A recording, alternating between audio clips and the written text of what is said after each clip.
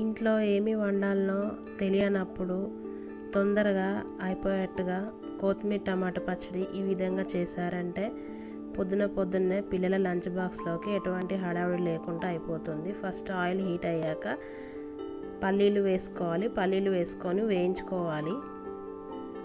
Flame మీడియంగా పెట్టుకొని వేయించుకోవాలి. ఈ విధంగా స్కిన్ సపరేట్ అయితే పల్లీలు వేగినట్టు. వేయించిన పల్లీని నూనెలో తీసేసి తర్వాత పచ్చిమిర్చి వేసుకొని మంచిగా వేయించుకోవాలి.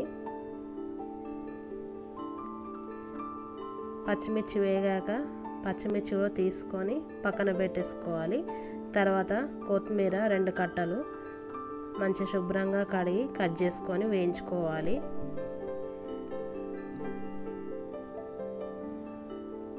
ఈ విధంగా కొత్తిమీర వేగాక కూడా కొత్తిమీరని తీసేసి పక్కన పెట్టుకోవాలి. మళ్ళీ ఇదే బౌల్లో ఆయిల్ పోసుకొని టమాటా వేసుకొని కొంచెం చింతపండు వేసుకోవాలి. టేస్ట్ కోసం బాగా వేసుకోవద్దు, చింతపండు వేసుకొని టమాటా మగ్గేంత వరకు ఉడికించుకోవాలి. టమాటా మొత్తం సాఫ్ట్గా అయిపోవాలి.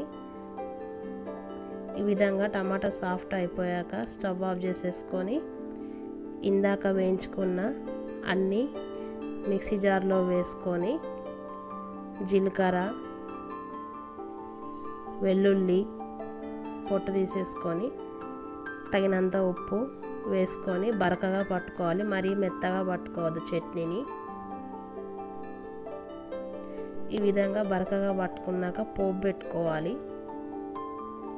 ఈ విధంగా అదే బౌల్లో ఆయిల్ వేసుకొని ఆయిల్ హీట్ అయ్యాక జీలకర్ర, ఆవాలు వేసుకోవాలి.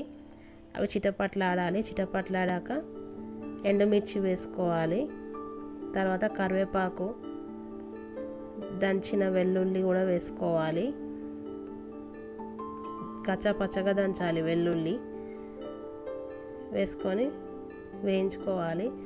తర్వాత ఇందాక పట్టి పెట్టుకున్న చట్నీని ఇందులో వేసుకొని పోపు అంతా పట్టే విధంగా కలుపుకోవాలి. అంతే, ఎంతో సింపుల్గా టమాటా కొత్తిమీర పచ్చడి తయారైపోయింది. ఇది వేడివేడి అన్నంలోకి కానీ, రోటీలోకి కానీ, దోశలోకి, ఇడ్లీకి కానీ తింటే చాలా టేస్టీగా ఉంటుంది. ఉదయాన్నే ఎటువంటి హడావుడి లేకుండా అప్పటికప్పుడు తొందరగా ఈ చట్నీ వేసి పెట్టారంటే రుచి కూడా చాలా టేస్టీగా ఉంటుంది.